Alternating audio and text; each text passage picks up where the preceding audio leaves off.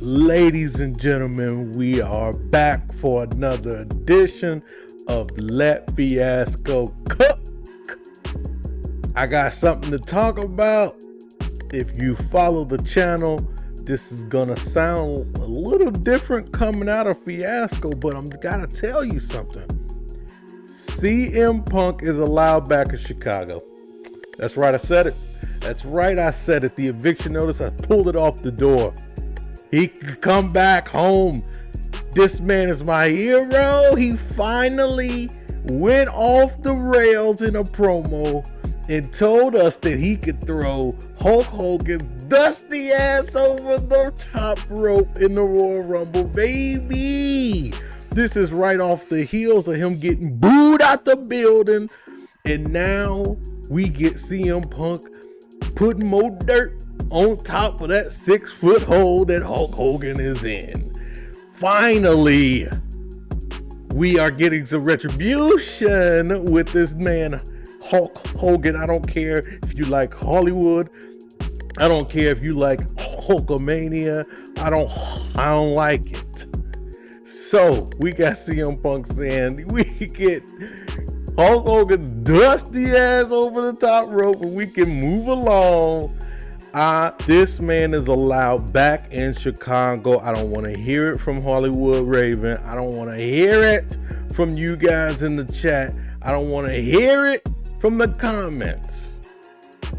CM Punk is allowed back in Chicago. And that's all I got to say about it. And we leading up into the fact that this dude just cooks Hulk Hogan enough. This is me in my own mind. This is what I cook up. CM Punk cooks this man on live television on Netflix. And then all of a sudden, this man, Hulk Hogan, said, I'm not coming to Saturday Night Main Event. Well, we didn't want you there anyway.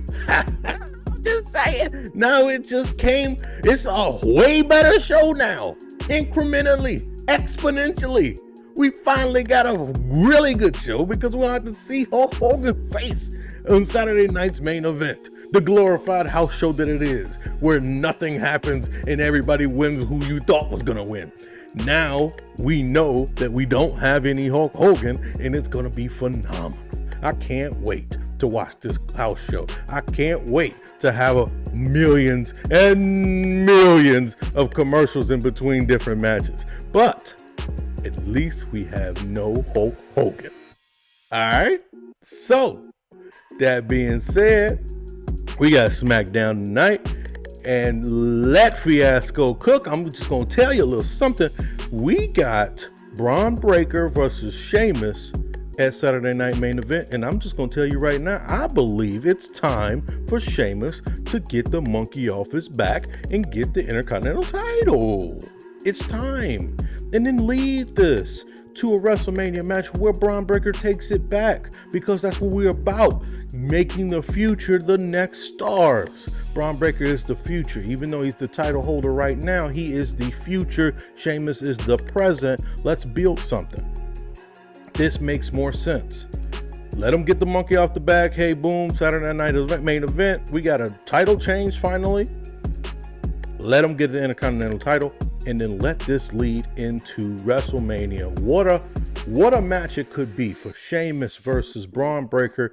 Nothing but high speed, adrenaline, hitting, hard hitting, all of that. Sounds like a pretty good night one to me for WrestleMania. Why not do it? And then we moving on to Shawn Michaels is in the building. Baby, y'all need to understand that the DX era has started. Understand that Fiasco has already dubbed it. Shawn Michaels and Triple H are running creative. This is a brand new era. I don't care about the Netflix era. I don't care about the Paul Levesque era. We got both the biggest names in DX history. The ones that made you do cross chops in school and get detention. These cats are running creative. What a time do we live in that two wrestlers that was on the brink of getting fired sometimes for some of the edgy stuff that they did. USA Network was trying to ban them, and now USA Network is working with them for creative. Come on, this is the DX era, and we got Shawn Michaels mediating. He's in the ring. He's gonna have that cowboy hat really low so you can't see the eye going all about. But at least we get a showing of Shawn Michaels and a little bit of taste of what they're going to be cooking up as we move into a WrestleMania that's led by the DX. That's crazy. Think about that, people. The competition is Tony Khan, another billionaire, and the billionaire can't beat the wrestlers. It's a different world we in right now, baby. And by the way, if we're going to talk a little bit about AEW, look at what happened to Private Party. We had just celebrated these boys finally getting the titles after being AEW originals, and here we go again with the WWE transfer portal coming in with the Hurt Syndicate, and they just squashed them for them titles. And it's no surprise to me because Bobby Lashley and Shelton Benjamin are bigger than them boys, bigger than 90% of that roster, and they in their 50s. Come on. Same organization that has Adam Copeland still in the main event, and he's about 60. It doesn't mean that they don't have any gas in the tank. They do, but they know that they got Adam Copeland already said he has 2 years left, and they had him in the main. Jeff Jarrett is trying to go after the title, the World Heavyweight title in AEW. Come on, people. Understand that DX era is really driving them out of business. Yes, they got that big deal on Max, and I love it. I love being able to watch it on Max and still get the same commercials I would have watched if I was on TBS. Yes. And it's nothing against that because Netflix is doing the same thing to me. But understand that DX is running creative for WWE, and it's the best that it's ever been. And even if you don't want to count Shawn Michaels' time in the main roster because it's only been a very short stint, realize what he was able to do with NXT.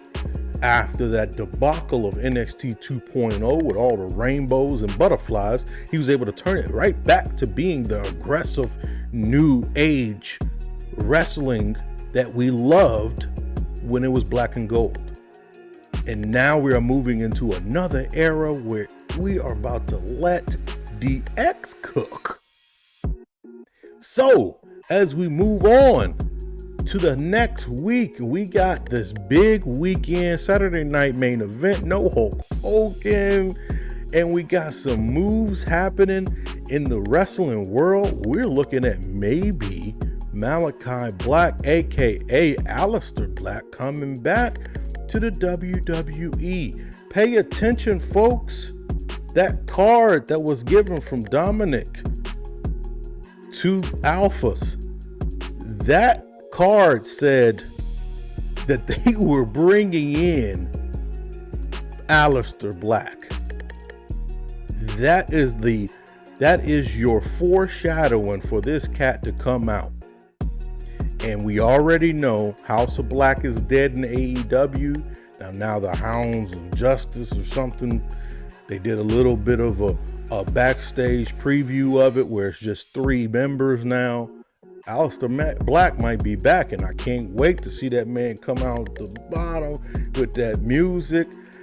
He was something special, and without Vince being in the way, we might be able to see what Aleister Black was trying to portray in his character that he actually took over to AEW. He had an storyline injury that happened on WWE TV during the pandemic where his eye got messed up by Seth Rollins. And that led into him going to AEW and still wearing the eye makeup and making this a linear story. Something special. I think he's going to do a phenomenal job over at WWE. So let's let him cook. But that is where we're going to leave you off. We're going to go into this weekend. We got SmackDown this weekend. We got Saturday night main event that's going to lead us right back into another Raw on Netflix. Let's get into it. Let's enjoy this thing called wrestling. And I'll see y'all next time.